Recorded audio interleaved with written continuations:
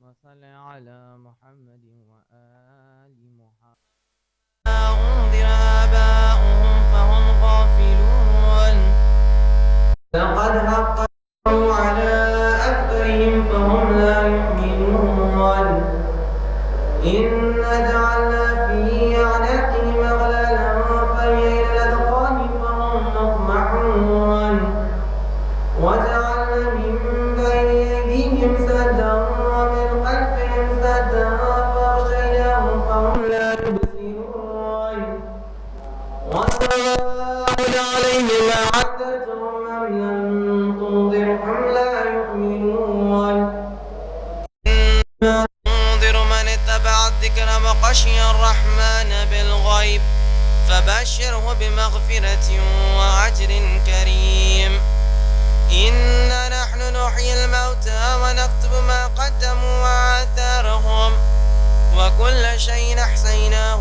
في إمام مبين واضرب لهم مثلا أصحاب القرية إذ جاءها المرسلون إذ أرسلنا إليهم اثنين فكذبوهما فعززنا بثالث فقالوا إنا إليكم مرسلون قالوا ما أنتم إلا بشر مثلنا وما أنزل الرحمن من شيء إن أنتم إلا تكذبون قالوا ربنا يعلم إنا إليكم لمرسلون وما علينا إلا البلاغ المبين قالوا إنا تطيرنا بكم هم قامدون يا حسرة على العباد ما يعطيهم من رسول إلا كانوا به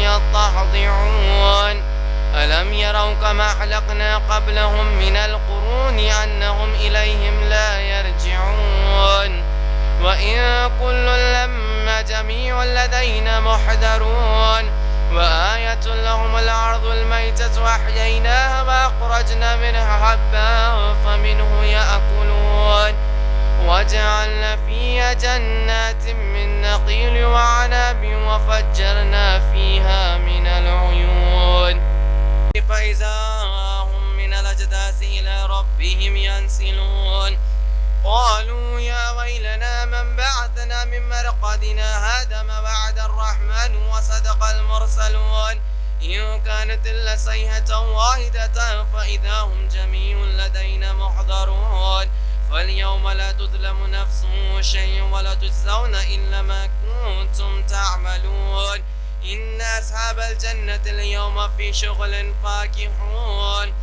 هم وأزواجهم في ظلال على الأرائك متكئون لهم فيها فاكهة ولهم ما يدعون سلام قولا من رب رحيم وامتعضوا اليوم أيها المجرمون ألم أهد إليكم يا بني آدم ألا تعبدوا الشيطان إنه لكم عدو مبين وأن اعبدوني هذا صراط مستقيم ولقد أضل منكم جبلا كثيرا أفلم تكونوا تعقلون هذه جهنم التي كنتم توعدون اصلوها اليوم بما كنتم تكفرون اليوم نختم على أفواههم وتكلمنا أيديهم وتشهد أرجلهم بما كانوا يكسبون ولو نشاء لتمسنا على عينهم فاستبقوا الصراط فأنا يبصرون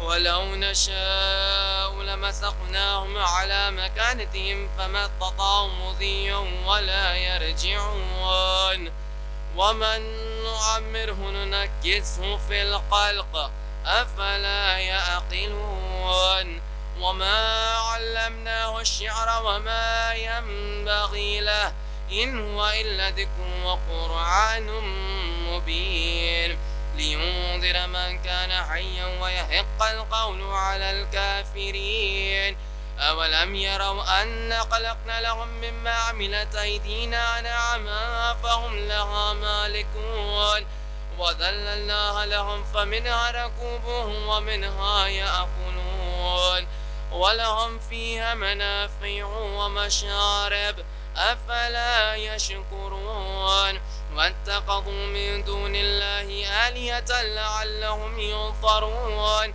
لا يستطيعون نصرهم وهم لهم جند محضرون فلا يحزنك قولهم إنا نعلم ما يسرون وما يعلنون أولم ير الإنسان أنا خلقناه من نطفة فإذا هو خصيم مبين وضرب لنا مثلا ونسي خلقه قال من يحيي العظام وهي رميم قل يحييها الذي أنشأها أول مرة وهو بكل خلق عليم الذي جعل لكم من الشجر الأخضر نارا فإذا أنتم منه توقدون أوليس الذي خلق السماوات والأرض بقادر على أن يخلق مثلهم بلى وهو الخلاق العليم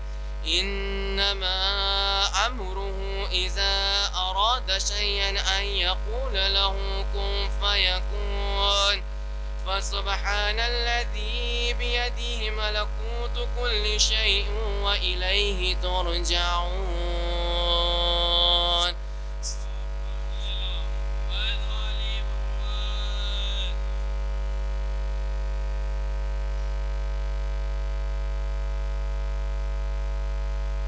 فاتحة.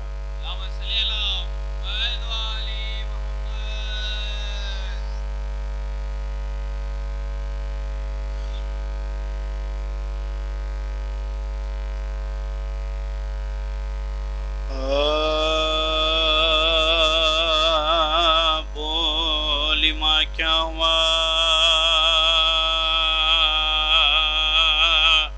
سکینہ کو غشیے کیوں آ گیا غشیے کیوں آ گیا سکینہ کیوں یہ خاموش ہو گئی آخر کس نے کیا کہہ دیا کس نے کیا کہہ دیا سکینہ کیا خبر اس کو کیا ہوا بیٹا دیکھو آپ ذرا دیکھو آپ ذرا سکینہ نا شکایت ہے اب تماچوں کی نارتن کا گلا نارسن کا گلا سکینہ ہائے غربت میں چھین کر مجھے سے لے گئی کیا قضا لے گئی کیا قضا سکینہ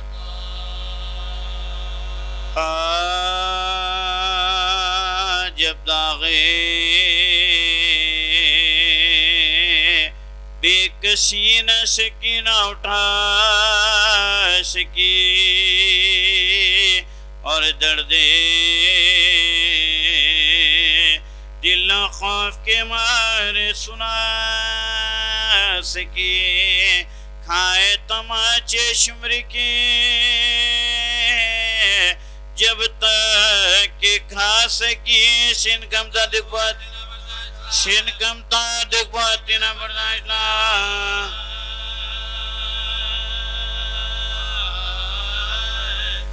روئی تو ظالموں نے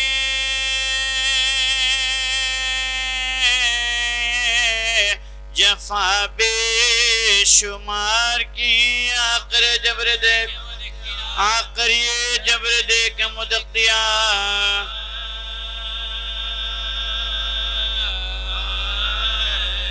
دل میں سما گیا تھا جو شمر لئی کا ڈر سونے میں کانپ کانپ یہ کہتی تیرات پر فریاد چھینتا ہے گور شمر بدگور آتا ہے ابن سچ بجا کے میں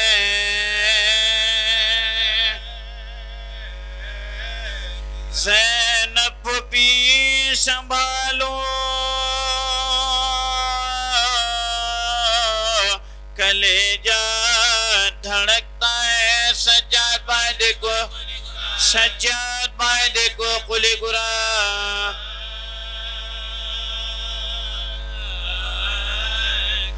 جب پیاس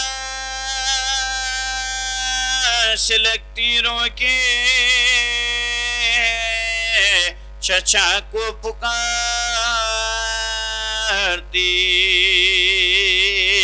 دکھتے جو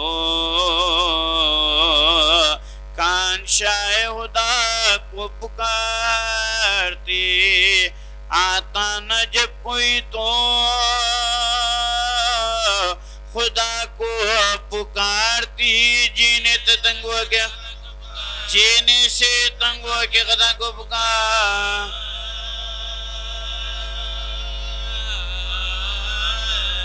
کہتی تھی نی چچانا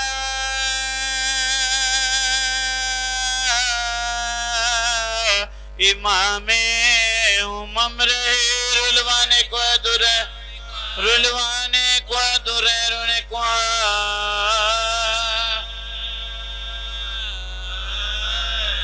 زندہ سے کہتی تھی یہ کبھی وہ اسیر غم ہو جائے کل ایک تیرا مہمان کم میت کسی کی ننھی سی نکلے گے صبح دام بانو سے خطاب بانو سے خطاب کے بدا بچا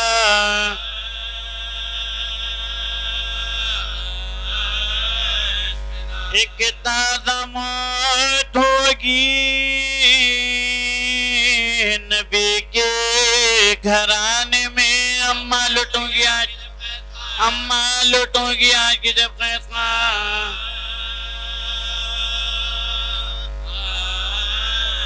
بانو پکار لٹوں چکی اب لٹوں گی کیا بی بنا نام لٹنے کا لو تم پا میں فدا گور چھنے تماچے لگے کان شقوا لٹنے سے میرے بیبی کا لٹنے سے میرے بیبی کا پردل ہے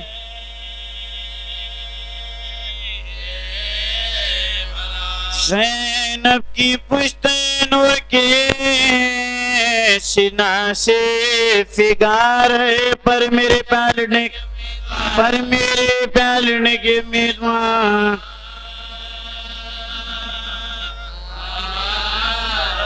اب موت میری سب کو مبارک کرے خدا مرتے ہی میرے قید سے سب کنبہ رہا جاتا رہے بخار برادر کا بے دوا جنت کمرہ جنت کو امروا مدینے کو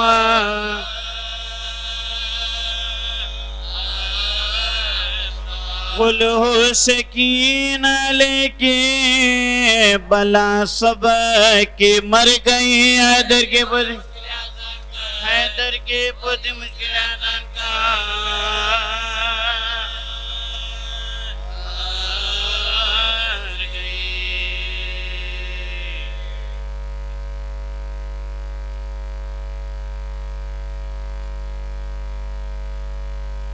سلوات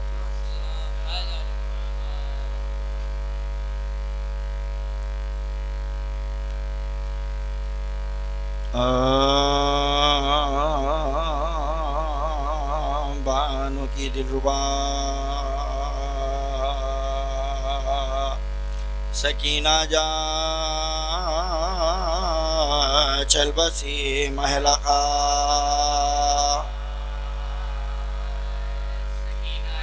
چل بسی محلقہ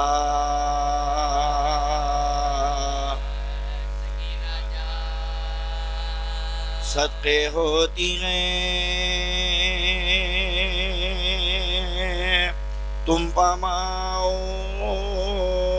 ٹھو کہنا مانو میرا کہنا مانو میرا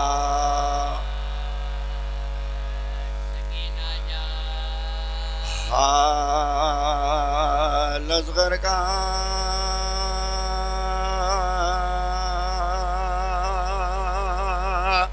اب بیاں کی جو دل بھر آیا میرا دل بھر آیا میرا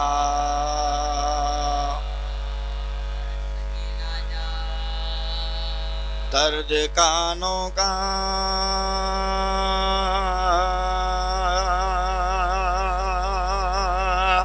کیسا ہے بولو مجھ سے بولو ذرا مجھ سے بولو ذرا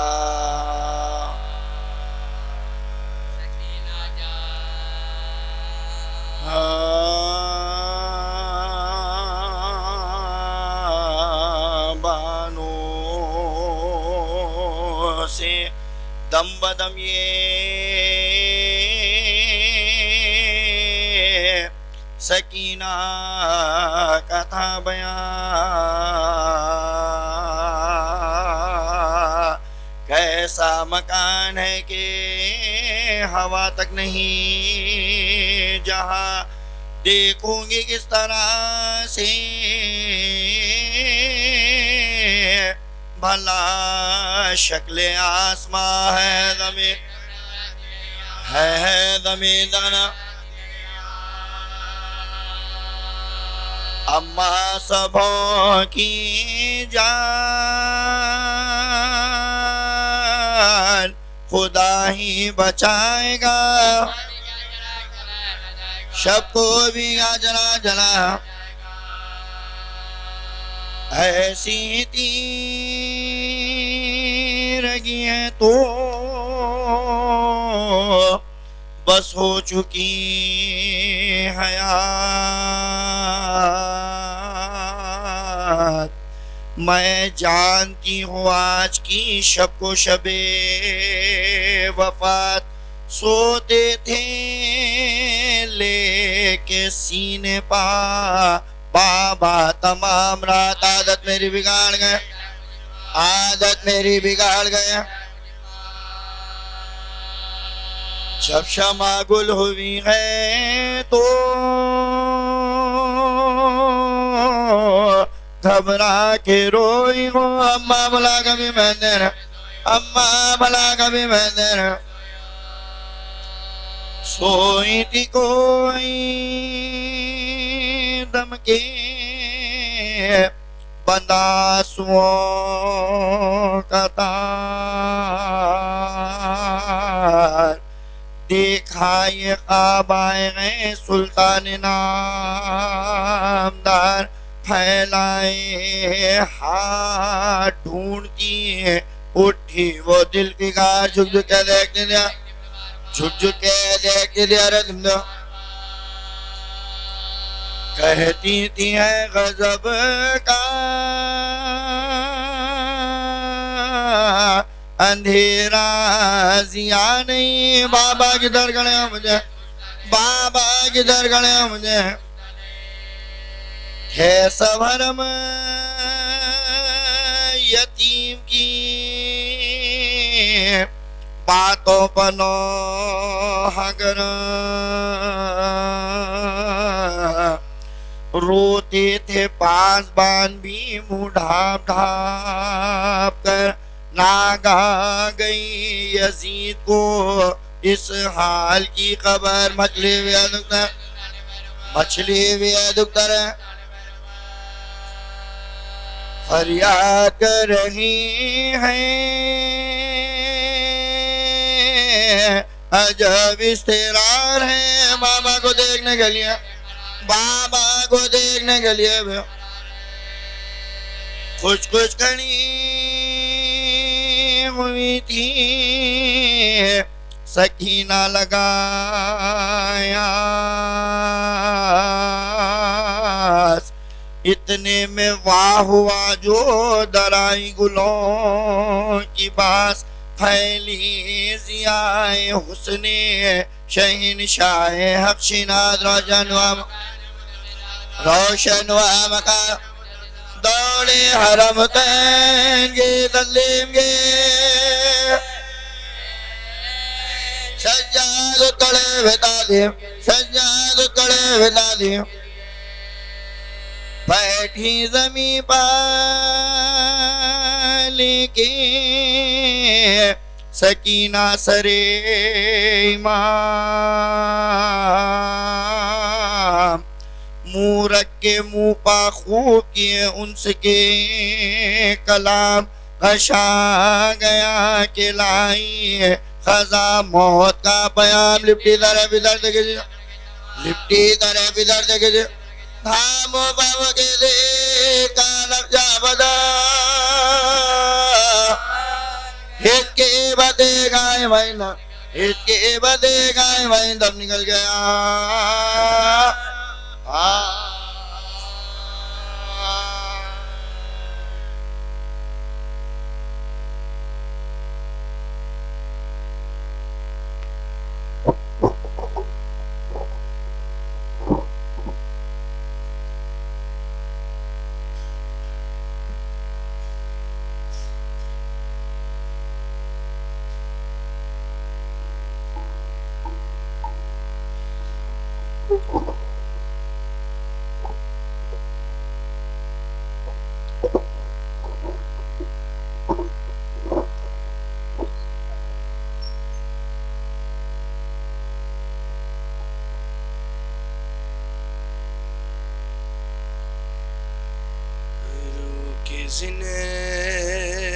زندان میں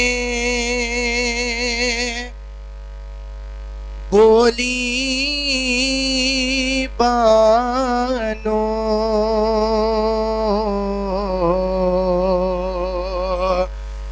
میری بچی کو نات نے چھوڑو سات ماں کو بھی لہد میں گاڑو میری بچی کو نات نے چھوڑو ڈری کے روئے گی جنازوں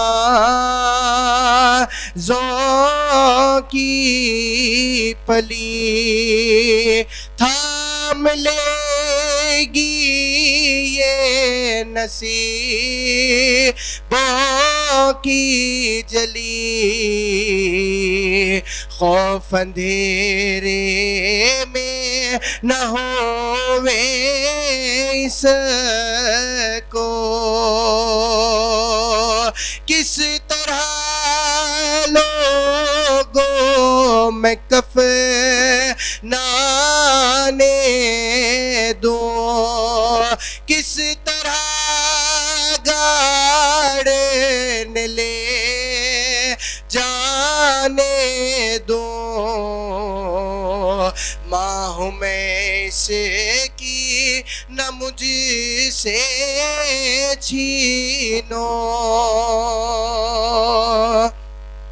ٹھہرو کرتا تو بدل لوں اس کا پہنچ لوں کانوں میں ہے خون جمع کچھ خفا ہے تو منا لینے دو کھول تو لوں میں گلے کی رسی دم کے گھٹنے سے نہ ہو بے ہوشی بی بی شاید کہ ابھی زندہ ہو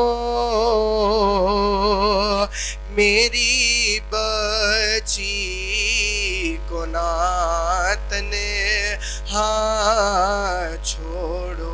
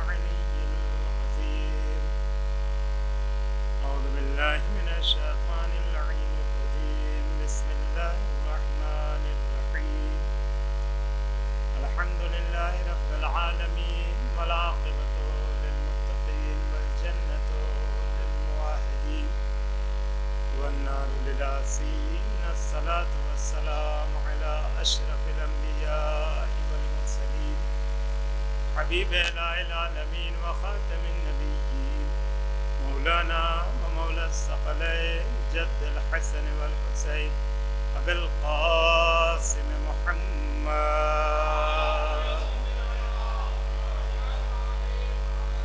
وعلى الطيبين الطاهرين المعصومين المظلومين المنتخبين المنتجبين الذين ذهب الله عنهم الرجس وطهرهم تطهيرا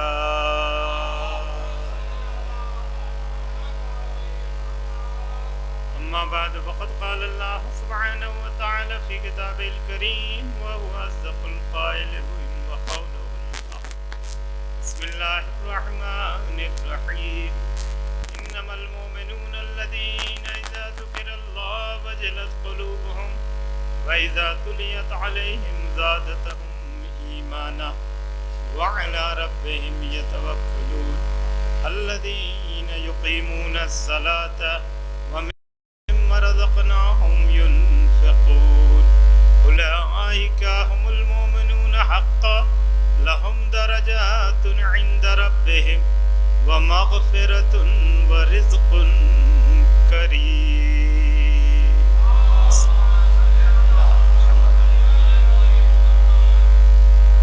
مومنین اکرام قبل بیان آپ حضرات سے گزارش ہے کہ مرتبہ سورہ الحمد 3 مرتبہ سورہ اخلاص کی تلاوت فرما کر مرحوم مغفور میر محمد سعید خان مرحوم میر تقی علی سید مہدی علی خان مرحوم عسکر علی شہبار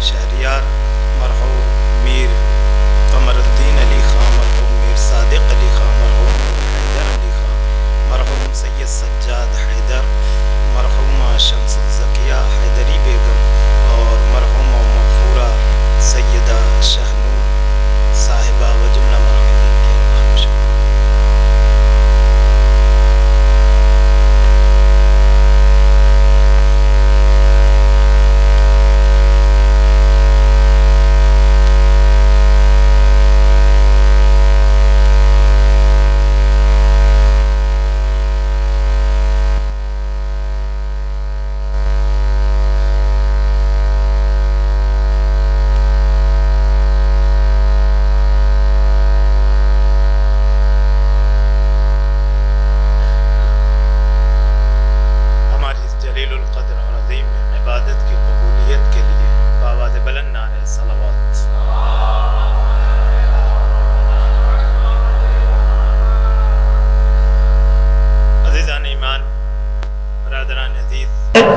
تو اس پر بھروسہ ہوتا جو کبھی بھروسے کو ٹوٹنے نہیں دیتا ہے.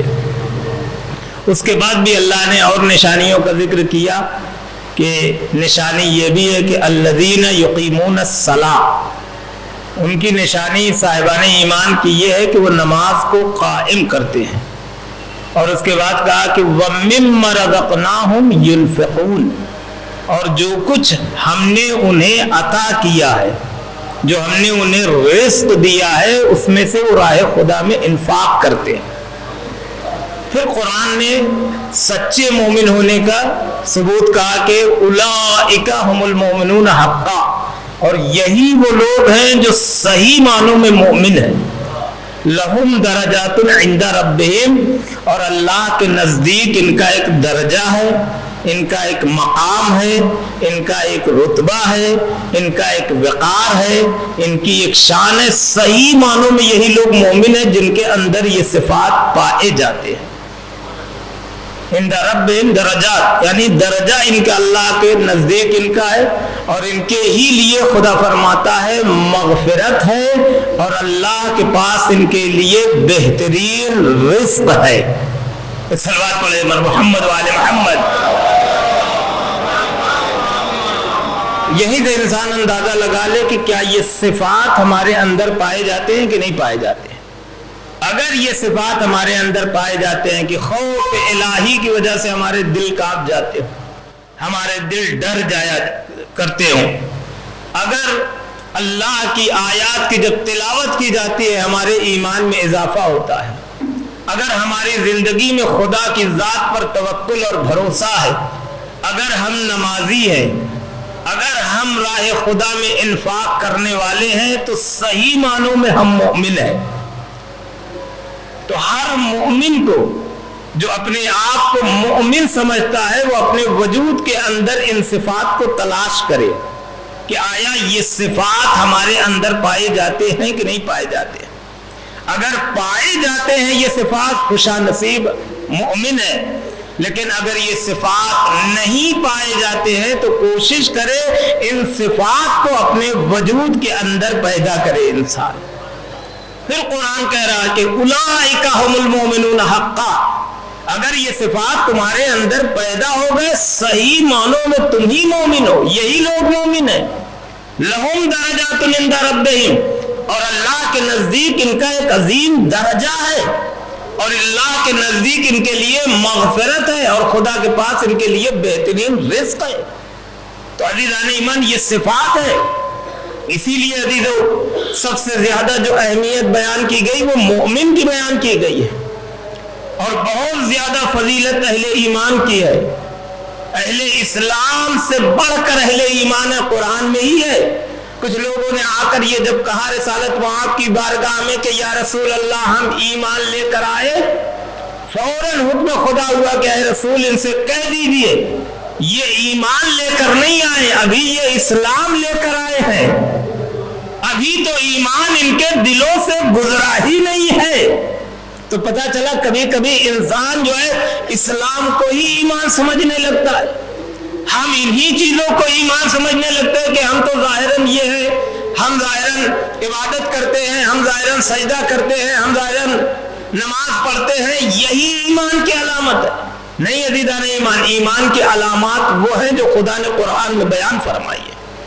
اگر انسان کے اندر وہ صفات پائے جاتے ہیں، اگر انسان کے اندر وہ خصوصیات پائی جاتی ہے تو انسان صاحب ایمان ہے۔ اسی لیے مومن کی بڑی فضیلت ہے، مومن کی بڑی عظمت ہے۔ پیغمبر اسلام فرماتے ہیں کہ جب بھی کوئی کام کا ارادہ کرو تو مومن سے ہمیشہ مشورہ لیا کرو، اس لیے کہ اگر مومن سے مشورہ لوگے تو تم ناکام نہیں ہوگے۔ عزیزان ایمان، یہ مومن کی عظمت ہے۔ ایک مقام پہ رسالت معاف فرماتے ہیں اگر کوئی کام کرنے کا ارادہ کرتے ہو، تجارت کرنا چاہتے ہو، تو تجارت میں اگر کسی کو شریک بناؤ تو کسی مومن کو بنانا، اگر مومن کو بنایا تو تمہیں نقصان نہیں ہوگا۔ اب یہیں سے انسان اندازہ لگا لے کہ جب انسان ایک مومن سے جڑ جائے تو اس کی زندگی اتنی خوبصورت ہو جاتی ہے، تو اگر یہ انسان امیر المومنین سے جڑ جائے تو حیات کتنی خوبصورت ہو جائے۔ صلوات پڑھے بر محمد وآل محمد۔ ایک مومن انسان کی زندگی میں آ جائے تو انسان کے لیے اتنا اچھا۔ تو آپ ذرا سوچئے اگر ہماری حیات میں امیر المومنین ہو، ہماری زندگیوں میں امیر المومنین ہو، تو آپ ذرا سوچئے کیا ہم خسارے میں جا سکتے ہیں؟ کیا ہم نقصان میں جا سکتے ہیں؟ مسئلہ یہی ہے عزیزان ایمان، مشکل یہی ہے کہ زبان کی حد تک تو ہے لیکن ہمارے عمل میں وہ تمام چیزیں نہیں جھلکتی۔ عمل سے نظر آنا چاہیے، انسان کی کردار سے نظر آنا چاہیے، رفتار و گفتار سے انسان کی نظر آنا چاہیے۔ اگر وہاں نظر آ رہا ہے تو کیا کہنے، لیکن اگر کوئی انسان بس زبانی دعویٰ کرتا رہے تو عزیزان ایمان ایسے زبانی دعوے کو قبول نہیں کیا جائے گا۔ تو لہذا عزیزان ایمان یہ ایمان کی صفات ہے۔ پہلی صفت کیا ہے؟ خوف الہی ان کے اندر پایا جاتا ہے، اللہ کا ڈر ان کے اندر پایا جاتا ہے۔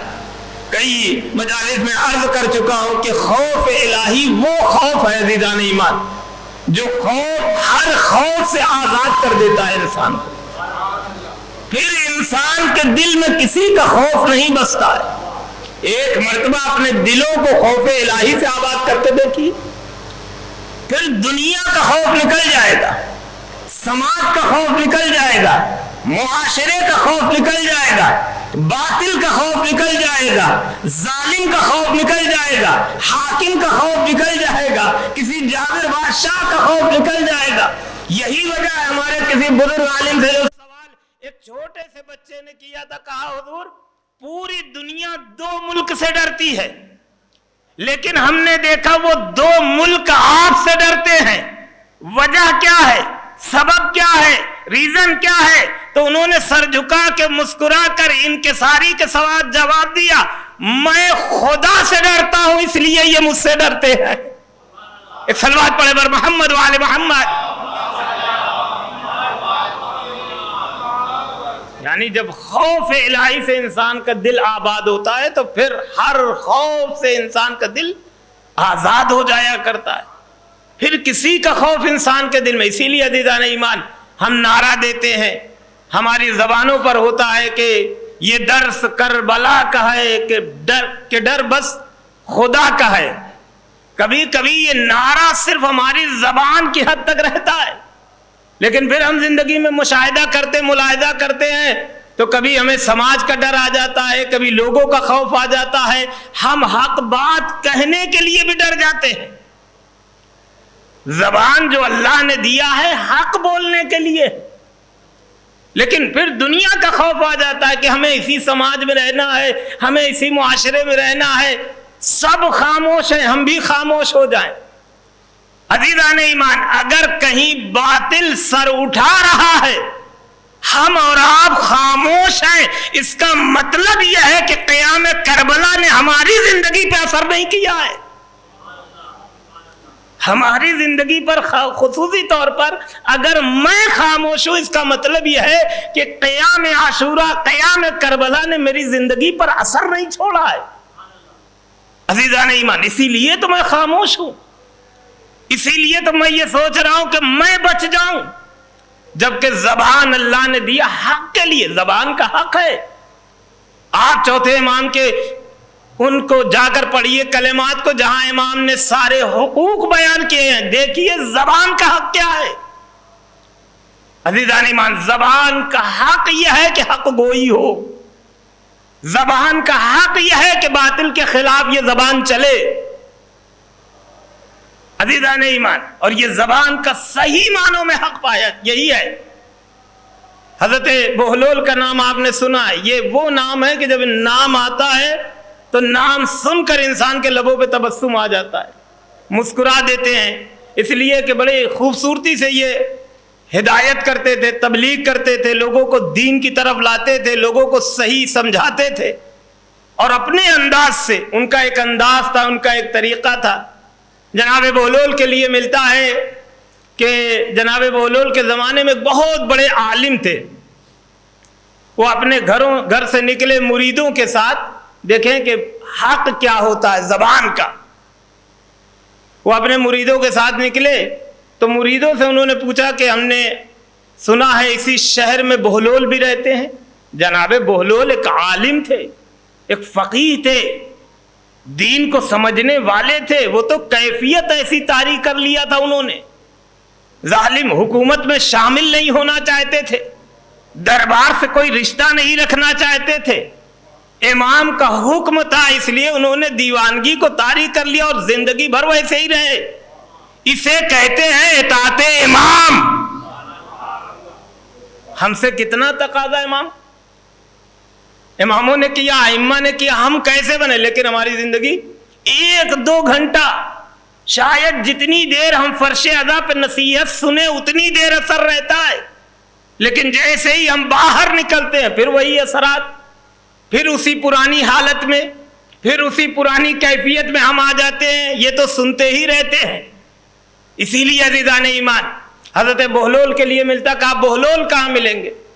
تو ان کے مریدوں نے کہا کہ حضور آپ اتنے بڑے عالم, اتنے بزرگ عالم, ایک دیوانے کا ایڈریس معلوم کر رہے ہیں, پتہ معلوم کر رہے ہیں. تو ایک مرتبہ عالم ناراض ہوئے, کہا انہیں دیوانہ نہ کہو, وہ پڑھی لکھی شخصیت ہے, فقیہ ہیں, سمجھدار ہیں, اور کہیں پر بھی اگر غلط ہوتا ہے تو بہلول اسی انداز سے جا کر سمجھاتے ہیں. عزیزان ایمان کسی نے کہا کہ حضور ہمیں نہیں معلوم بہلول کہاں. انہی مریدوں میں سے ایک مرید نے کہا کہ جب ہم آ رہے تھے بہلول کو میں نے فلاں مقام پر دیکھا ہے. کہا کہ مجھے لے کر چلو. لے کر آئے, دیکھا کہ بہلول کھیل رہے ہیں.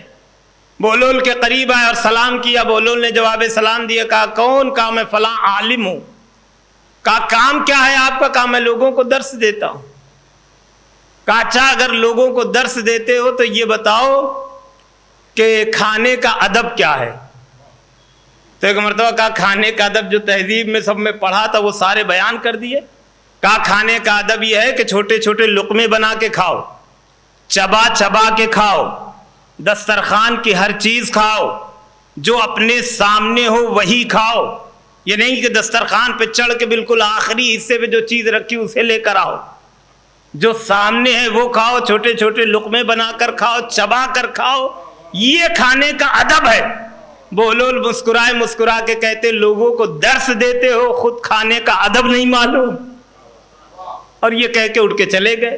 پھر یہ پیچھے پیچھے گئے, پھر سلام کیا, جواب سلام. کہا کون؟ کہا میں عالم. کا کیا کرتے؟ کہا لوگوں کو درس دیتا ہوں. کہا یہ بتاؤ بولنے کا ادب کیا ہے؟ اب یہی بات آئی نا کہ اگر ہم باطل کو باطل نہیں بول سکتے, اگر ہم حق کا ساتھ نہیں دے سکتے, صرف دنیا کے خوف کی وجہ سے, ہم سے کیا مطلب؟ ہمارا یہاں بولنے کا حق نہیں ہے. بہت سے ذہنوں میں ایسی فکریں ہوتی ہیں. کہا بولنے کا ادب کیا ہے؟ بولنے کا ادب. بہلول نے اس نے سوال کیا بولنے کا ادب کیا؟ پھر انہوں نے وہی جواب دیا. بولنے کا ادب یہ ہے کہ آہستہ بولو, موقع دیکھ کے بولو, محل دیکھ کے بولو, زیادہ نہ بولو, کثرت کے ساتھ کلام نہ کرو. یہ بولنے کا ادب ہے. پھر بہلول نے کہا بولنے کا ادب نہیں معلوم, لوگوں کو درس دیتے ہو. آگے بڑھے, پھر یہی گئے. کہا تعارف کرائے. بہلول نے کہا کہ یہ بتاؤ اچھا آخری سوال میں تم سے کرتا ہوں. کہا کیجئے. کہا یہ بتاؤ سونے کا ادب کیا ہے؟ سونے کا ادب کیا ہے؟ اب انہوں نے کہا کہ سونے سے پہلے وضو کر لو، اس کروٹ سو، اس طریقے سے سو، جو سونے کے آداب معلوم تھے وہ بیان کر دیا۔ بولول نے پھر وہی کہا سونے کا ادب نہیں معلوم، لوگوں کو درس دیتے ہو۔ جانے لگے، بولول کا ہاتھ پکڑ لیا، کہا بولول اگر مجھے نہیں معلوم ہے تو تمہارے اوپر واجب ہے مجھے بتانا، مجھے بتاؤ، مجھے سمجھاؤ کہ کھانے کا ادب کیا ہے، بولنے کا ادب کیا ہے، سونے کا ادب کیا ہے۔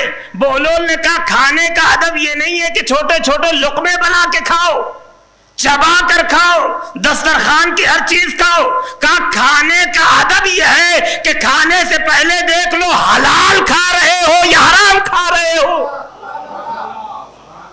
اگر چبا چبا کے کھاؤ، دسترخوان کی ہر چیز کھاؤ، حرام کھاؤ تو فائدہ نہیں ہے، یہ دل تمہارا تاریکی میں ڈوبتا چلا جائے گا، نورانی نہیں ہو سکتا ہے۔ کہا چاہے بولول وہ بولنے والا، بولنے کا ادب کیا ہے؟ بولول نے کہا بولنے کا ادب یہ نہیں ہے کہ کم بولو، موقع محل دیکھ کے بولو۔ بولنے کا ادب یہ ہے کہ جب بھی زبان کھولو حق کے ساتھ کھولو، حق بولو، سچ بولو۔ اگر حق بول رہے ہو اس کا مطلب زبان کے حق کو ادا کر رہے ہو، یہ بولنے کا ادب ہے۔ کہا سونے کا ادب کیا ہے؟ کہا سونے کا ادب یہ نہیں ہے کہ وضو کر کے سو، اس کروٹ سو۔ سونے کا ادب یہ ہے کہ سونے سے پہلے یہ دیکھ لو کہیں کسی کا دل دکھا کے تو نہیں سو رہے ہو۔ اس لیے کہ النوم نصف الموت، نیند آدھی موت ہے، معلوم نہیں کل صبح نمودار ہوگی کہ نہیں ہوگی، کل صبح تمہیں نصیب ہوگی کہ نہیں ہوگی۔ اگر کسی کا دل دکھا کے سو رہے ہو تو پھر تمہیں سونے کا ادب نہیں معلوم، پہلے اس سے معافی مانگ لو جس کا دل دکھایا ہے۔ تو یہ ہے رضا ایمان، زبان کا حق ہے۔ تو لہذا خوف کیوں ہوگا انسان کو؟ خوف اسی لیے آتا ہے کہ انسان اپنی ظاہری عزت کو بچانے کی کوشش کرتا ہے۔ امام حسین علیہ السلام نے دیکھیے قیام کربلا کیا، صلوات پڑھ دے بر محمد وآل محمد۔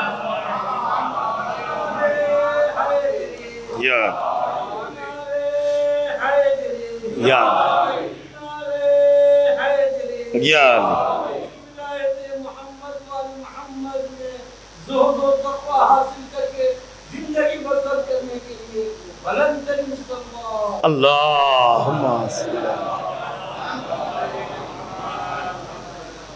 عزیزان ایمان، سب سے بڑی چیز سید الشہداء کی زندگی دیکھیے، امام کی زندگی دیکھیے۔ کیا صرف رسمن ہم یہ 2 مہینے 8 دن گزر جائیں گے کہ نہیں ہمیں مجلسیں کرنی ہے، اس تاریخ میں کرنی ہے، اس تاریخ میں کرنی ہے، اس دن جلوس نکالنا ہے، اور اس کے بعد ہماری زندگی کا اور کوئی مقصد نہیں ہے۔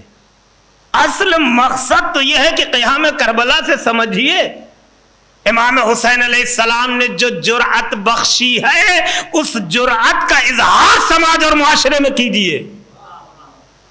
جو جرأت امام نے بخشی ہے، یہ نہ دیکھو تم اکیلے ہو، یہ نہ دیکھو تم تنہا ہو، یہ نہ دیکھو کہ تمہارے سامنے حکومت ہے، بلکہ اپنا حق ادا کرو۔ اور تمہارا حق یہ ہے کہ اگر تمہارے سامنے برائی ہو رہی ہے تو اپنی زبان کو اس کے خلاف کھولو، اس کے خلاف بولو۔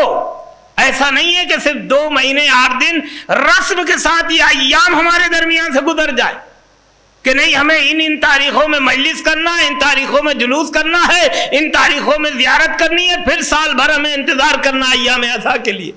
اس کا مطلب یہ ہے کہ ذکر کا ثواب تو آپ نے حاصل کر لیا، قیام کے مقصد کو آپ نے کھو دیا۔ ایک صلوات پڑھے بر محمد وآل محمد۔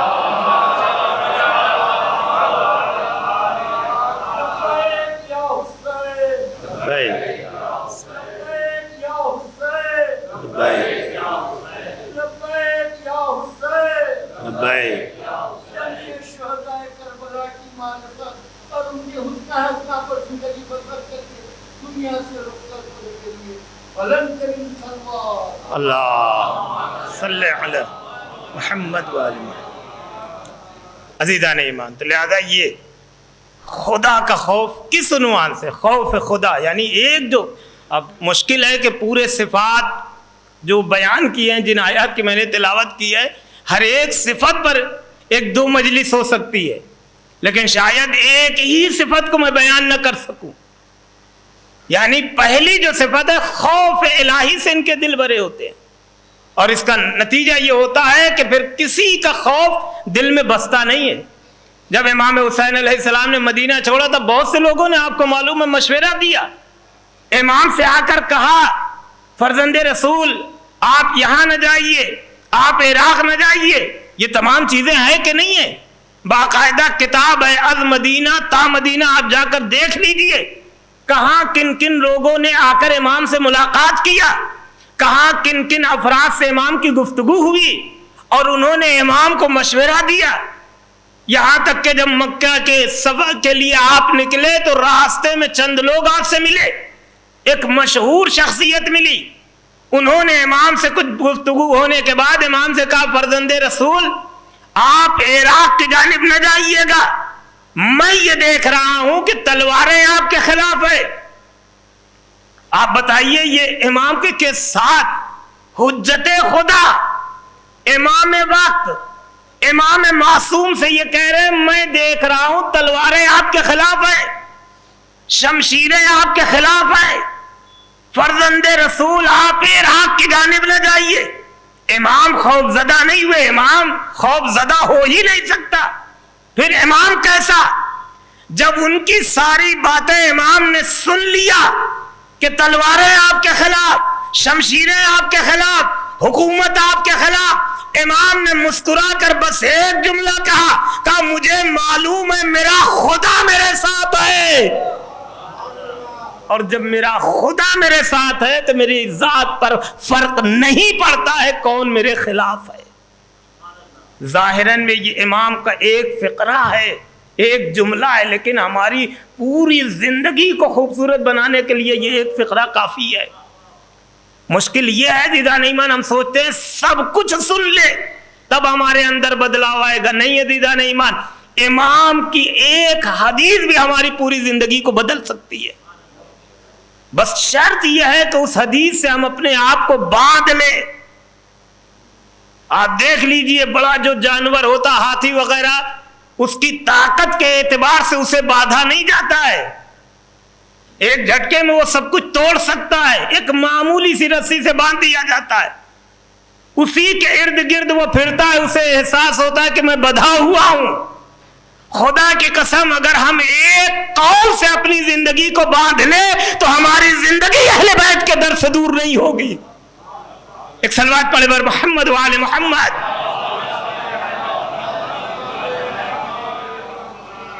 صرف ایک حدیث، صرف ایک قول ہماری زندگی کو خوبصورت بنانے کے لیے، ایک حدیث پر ابھی اگر زندگی میں عمل کر لینا تو کافی ہے۔ ہم نے دیکھا ہے دنیا میں ان کے ایک قول نے حیات کو سنوار دیا ہے، زندگیوں کو خوبصورت بنا دیا ہے۔ عزیزان ایمان، مشکل یہ ہے کہ ہم سنتے تو ہیں پھر سن کر نکال دیتے ہیں۔ کہا جاتا ہے ایک عالم دین کہیں خطاب کر رہے تھے تو بہت زیادہ واہ واہ ہو رہی تھی، ہاتھ اٹھا کے واہ واہ، گھٹنوں پہ کھڑے ہو کے واہ واہ واہ واہ، تو انہوں نے کہا کہیں اس کا مطلب یہ تو نہیں ہے کہ مولانا بس اپنے پاس رکھیے ہمیں مت دیجیے، تو لہذا ایسا نہیں ہونا چاہیے۔ کوشش کریں کہ ایک قول سے، ایک حدیث سے، خدا کی قسم اگر ایک حدیث بھی سمجھ میں آ گئی نا تو کافی ہے۔ آپ نے نام سنا ہوگا ایک بزرگ عالم دین اہل علم تشریف فرما ہے آیت اللہ تہرانی کے لیے، وہ کسی ملک میں گئے، مغربی ممالک میں سے کسی ملک میں گئے، ایران کے رہنے والے تھے۔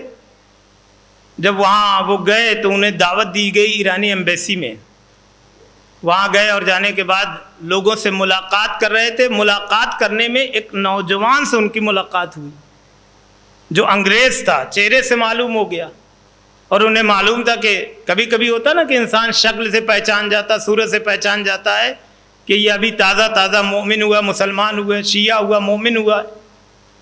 تو ان سے تعارف کرایا گیا نوجوان کا، کہا یہ نوجوان شیعہ ہوا۔ دیکھیں ایک قول ہماری زندگی کو خوبصورت بنا سکتا ہے۔ عزیزان ایک حدیث کو آپ پڑھیے سمجھیے اور فرش اعضا پر صرف ارادہ کر لیجئے ہمیں اس قول پر ہمیشہ عمل کرنا ہے. مثلا یہ جو 3 آیات میں نے پڑھی ہے آپ صرف اس پہ ارادہ کر لیں کہ میں اپنی زندگی کو ان آیات کے مطابق بسر کروں گا, ہماری زندگی سنور جائے گی. تو آیت اللہ تہرانی کہتے ہیں جیسے اس جوان سے ملایا گیا کہا یہ تازہ تازہ مومن ہوا. تو ہر انسان کے دل میں خواہش ہوتی بھائی پوچھیں کہ کس چیز نے آپ کو شیعت کے قریب لائی, کون سی چیز ہے جو آپ کو حسینی جس نے بنایا, آپ فرش اعضا تک کھینچتے چلے آئے, آپ مجلس امام حسین تک آ گئے, کس چیز نے آپ کو مومن بنایا, علی کا محب بنایا, علی کا چاہنے والا بنایا. تو آیت اللہ تہرانی کہتے ہیں میں نے اس انگریز سے سوال کیا یہ بتائیے کس چیز نے آپ کو شیعہ بنایا. تو اس جوان نے کہا کہ حضور 5 منٹ کا وقت دیجئے میں جواب لے کے آتا ہوں. جواب تو زبان سے انسان دیتا ہے لیکن اس نے آیت اللہ تہرانی سے کہتا ہے رکیے میں جواب لے کے آتا ہوں. وہ کہتے ہیں کہ وہ جوان گیا, تھوڑی دیر میں آیا تو اس کے ہاتھ میں نہج البلاغہ موجود تھی, اس کے ہاتھ میں نہج البلاغہ موجود تھی اور اس نے نہج البلاغہ کو دکھایا اور کہا کہ اس کتاب نے مجھے شیعہ بنا دیا. کہا پوری کتاب نے نہیں, علی کے ایک قول نے شیعہ بنایا. کہا کس قول نے؟ کہا علی نے فرمایا اگر 7 زمین و آسمان کی حکومت مجھے دی جائے اس شرط پر کہ ایک چینٹی کے دہن سے ظلم کے ذریعے سے میں اس کے رزق کو چھین لوں تو علی حکومت ٹھکرانا پسند ہے, کسی پر ظلم کرنا علی کو پسند نہیں ہے. صرف اسے قول نے مجھے بنایا ہے. ایک صلوات پڑھے بر محمد و آل محمد.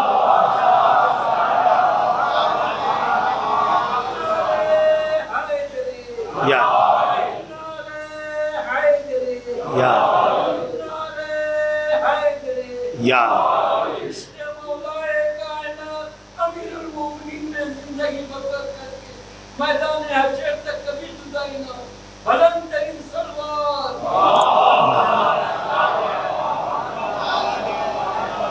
آپ غور فرمائیں پوری نہج البلاغہ تو ایک طرف ہے, علی کا ایک کلام جو ہے ایک انسان کی زندگی میں اتنا بڑا بدلاؤ اور اتنی بڑی تبدیلی لے کر آیا. کا صرف ایک قول کہ اگر ایک ظلم کرنا پڑے ایک چینٹی پر دے کہ ظلم کے ذریعے سے میں اس کے دہن سے چھین لوں جو اس کے دہن میں ہے کھانے پینے کی چیز یا چھلکا معمولی کیا غذا ہو سکتی ہے چینٹی کی, تو میں علی حکومت ٹھکرانا پسند کروں گا, کسی پہ ظلم نہیں کروں گا. یہ ہے عزیزان ایمان. اسی لیے کہتے ہیں خدا کا شکر ہے ہم نے ایسے سے محبت کی جو ہمیں یہاں بھی بچائے گا وہاں بھی بچائے گا. ہمیں اپنی محبت پر شرمندگی نہ دنیا میں ہے نہ آخرت میں ہوگی, اور یہی وجہ ہے عزیزان ایمان. تو لہذا خوف الہی اس صورت میں ہو, خشیت الہی اس صورت میں ہو, دنیا کا ڈر نہ ہو. اور یہی سب سے بڑا ایک یہی صفت میں بیان کر سکا, پھر انشاءاللہ آئندہ کبھی اگر آیات نے موقع دیا تو عرض کریں گے. لیکن یہی ایک علامت مومن کی جو قرآن نے کہا انما المؤمنون الذین اذا ذکر اللہ وجلت قلوبہم, جب اللہ کا ذکر کیا جاتا ہے تو ان کے دل خوف زدہ ہو جاتے ہیں. اور آپ دیکھ لیجئے, آپ کربلا میں آ کر دیکھ لیجئے, ظالم تھے, ساری چیزیں ان کے پاس تھیں, سارے اسلحے ان کے پاس تھے, سواریاں ان کے پاس تھیں, جنگ کے تمام آلے ان کے پاس تھے, تعداد میں وہ زیادہ تھے. 72 کا مقابلہ کہاں, لاکھوں. اگر کم سے کم تسلیم کیجئے تب بھی مقابلہ نہیں ہے.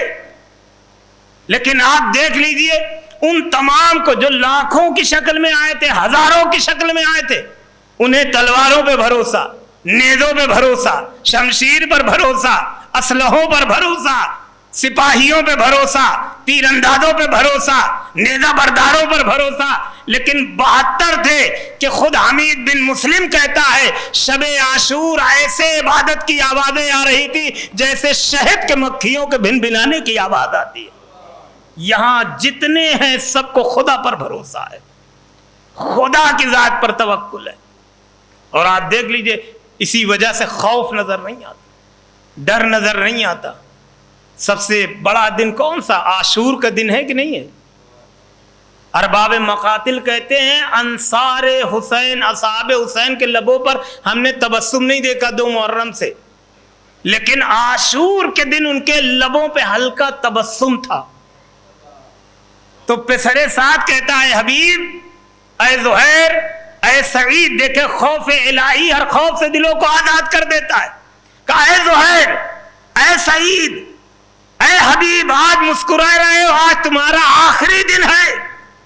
جناب سعید نے مسکرا کر کہا اے ظالم، ہمارا آخری دن نہیں ہے، تیرا آخری دن ہے، آج سے ہمارا ذکر باقی رہے گا قیامت تک۔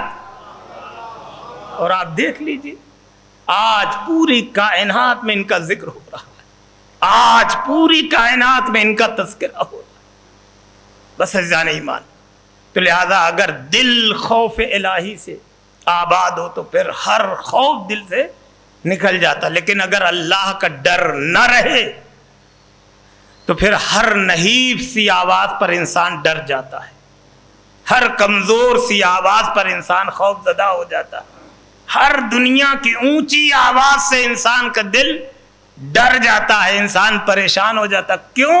اس لیے کہ اب دل میں خوف الہی نہیں ہے۔ تو لہذا دلوں کو آباد کیجئے خوف الہی کے ذریعے سے، دلوں کو آباد کیجئے خشیت الہی کے ذریعے سے، اور اللہ کا ڈر دنیا کے اس ڈر سے اس کا مقابلہ نہ کیجئے گا کہ جہاں ڈر کا لفظ آئے تو ہم سوچیں یہ ڈر یہی معنی میں جو ہم دنیا میں کسی سے ڈرتے ہیں، نہیں، یہ ڈر الہی خوف یہ ڈر الگ ہے۔ دنیا میں ہم جس سے ڈرتے ہیں اس سے دور بھاگتے ہیں، یا لفظوں کو بدل کے کہا جائے جب دنیا کا خوف پیدا ہوتا ہے دلوں میں تو انسان اس سے دور ہوتا چلا جاتا ہے، جب الہی خوف پیدا ہوتا تو انسان خدا کے قریب ہوتا چلا جاتا ہے۔ اور یہ خوف جو ہے خدا چاہتا ہے کہ بندوں کے اندر ہو۔ عزیزان ایمان، یہ خوف الہی ہے، نہ صرف یہ کہ اصحاب انصار شہادت کے بعد بھی جو قافلہ ہے رواں دواں، اس قافلے کے دل میں بھی ظالموں کا ڈر نہیں ہے، حکومتوں کا ڈر نہیں ہے۔ اور یقین نہ ہو تو آپ خطبہ سید سجاد کو اٹھا کے دیکھیے، خطبہ شہزادی زینب کو اٹھا کر دیکھیے، جو شہزادی نے خطبہ دیا آپ اس کو پڑھ کے دیکھیے، آپ کو محسوس ہوگا کہ نہ حاکم کا خوف ہے نہ ظالم کا خوف ہے۔ اگر ظالم ہنس کے مسکرا کے کہے اے زینب تم نے کربلا میں کیا دیکھا، تو زینب سر جھکا کے کہتی ما رأیت الا جمیلا، خدا کی قسم کربلا میں زینب نے حسن کے علاوہ کچھ نہیں دیکھا۔ یہ ایسے جملے ہیں دوستان محترم کہ ان کو آپ لکھ کر اپنے گھروں میں رکھیے، یہ زندگی میں بڑھنے کا حوصلہ دیتے ہیں کہ جس نے سب کچھ لٹا دیا ہو اس کی زبان پر یہ جملہ، میں نے کربلا میں خوبصورتی کے علاوہ کچھ نہیں دیکھا، میں نے کربلا میں جمال کے علاوہ کچھ نہیں دیکھا، جس کا ماجایا مارا گیا ہو،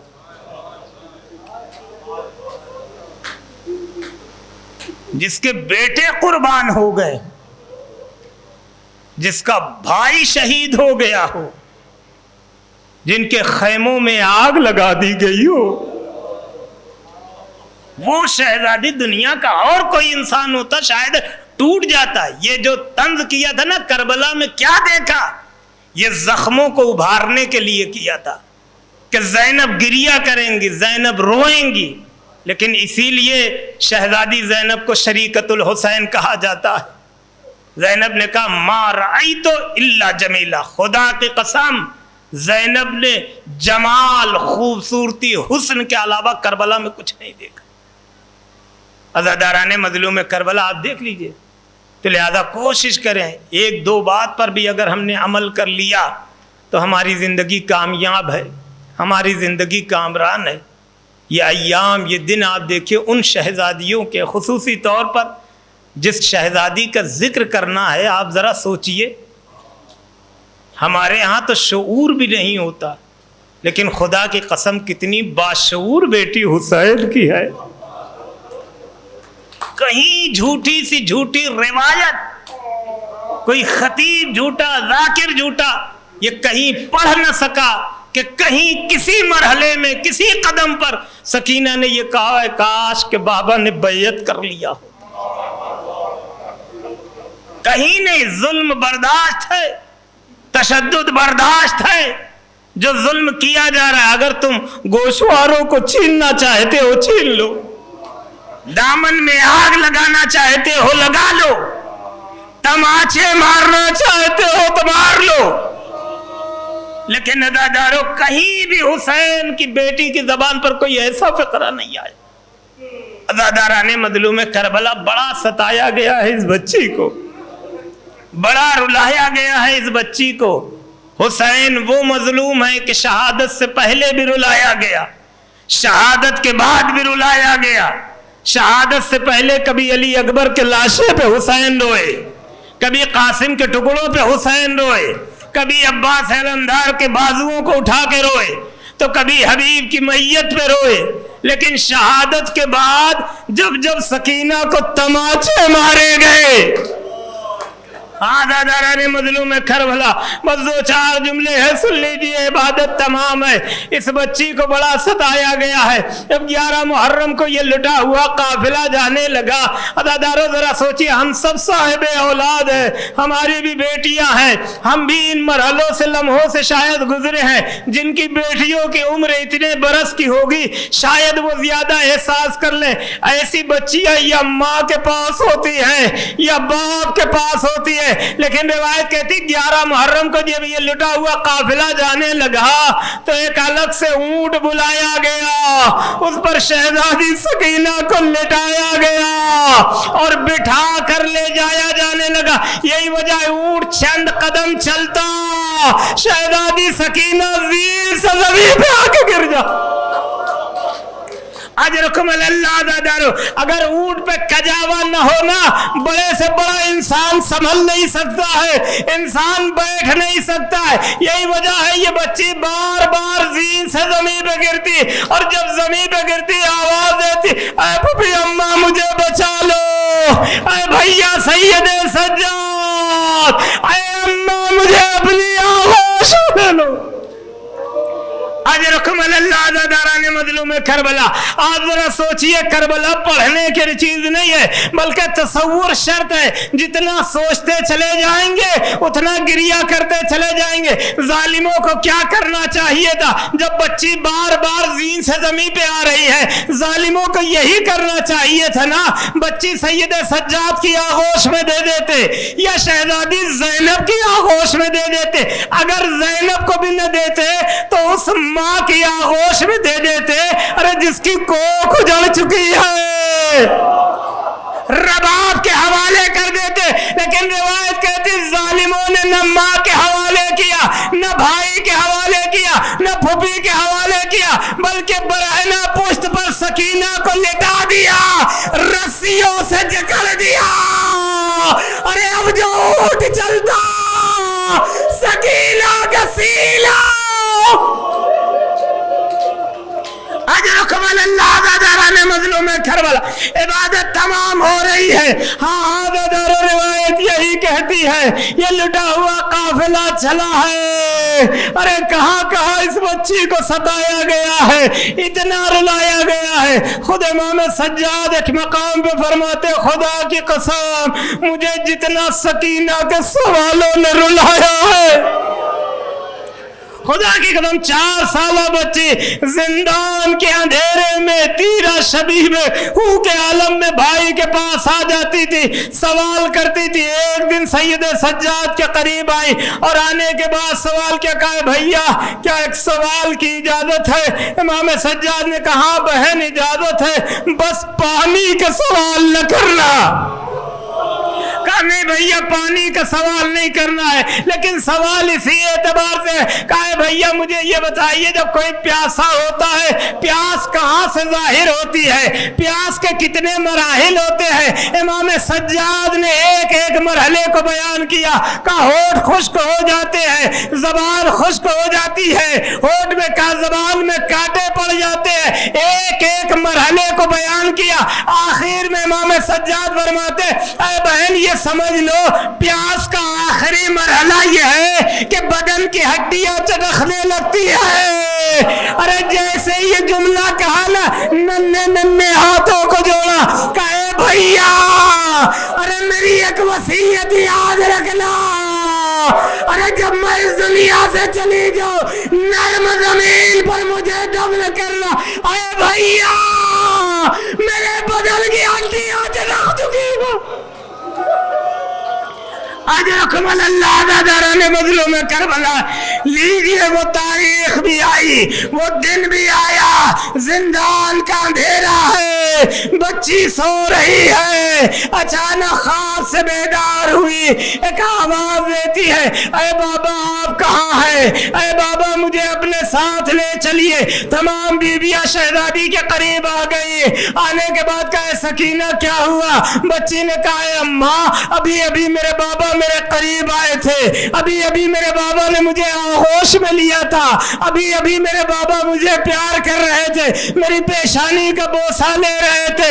اداداروں جیسے یہ سنا سمجھ گئے بچی نے باپ کو خواب میں دیکھا ہے. زندان میں ایک آواز اٹھی, واہ حسینہ, واہ مظلومہ, واہ غربتہ, واہ مصیبتہ. یزید کے حاکم کے کانوں تک خبر پہنچی. کہا کیا ہوا؟ کہا بچی نے باپ کو خواب میں دیکھا ہے. کہا کہ بچی کو بہلانے کے لیے کہا حسین کا سر بھیج دیا جائے. اداداروں ایک لمحے کے لیے کلیجے پہ ہاتھ رکھیے. اگر کوئی 4 سالہ بچی اپنے باپ کو یاد کر کے روئے, کبھی آپ نے سنا ہے بچی کو خاموش کرنے کے لیے باپ کا کٹا ہوا سر بھیجا جائے؟ باپ کا کٹا ہوا سر بھیجا جائے. لیکن یہ ظلم بھی ہوا. زندان میں سر آیا, سکینہ نے سر حسین کو لیا, رخسارے بے رخسارے رکھا. کہا بابا ارے آپ کے بعد تماچے مارے گئے, اے بابا گوشوارے چھینے گئے, اے بابا ذرا کانوں کو دیکھیے, کانوں کی لو سے لہو جاری ہے.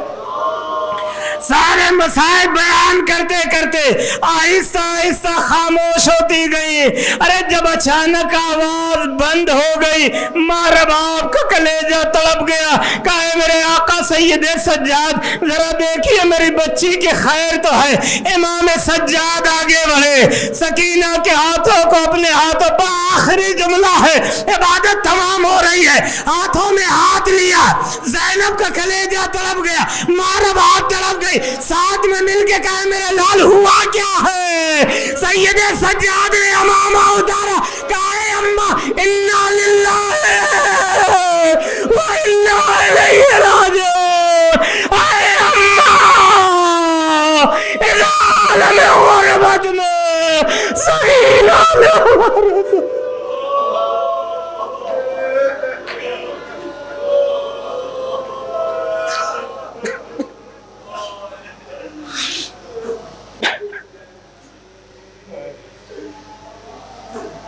ماتم حسین.